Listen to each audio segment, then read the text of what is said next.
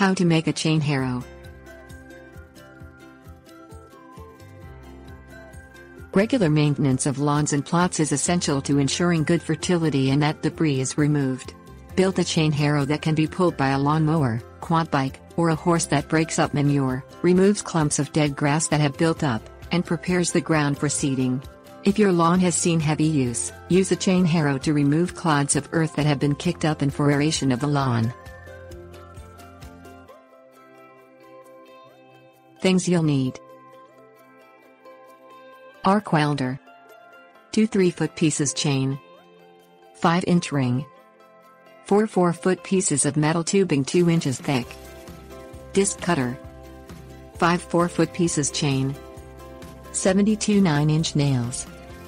Weld an end of the 3-foot pieces of chain to the end of one of the metal tubes. Weld the other ends to the 5-inch ring. The end result should look like a triangle with 2 sides the same length. This is the tow bar. Cut the ends of each pipe, including the one attached to the chains, at a 45-degree angle. When put together, the pipes should form a perfect square. Weld the pipes together. Weld the 4-foot chains to the tow bar 8 inches apart. Weld the other end of the chains to the opposite side. Ensure the chains are tight. Put the first 3 nails through a chain link, 6 inches from the tow bar. Make sure they form a pyramid shape. Each nail should be 6 inches from the other nails in the same pyramid. Weld them onto the chain.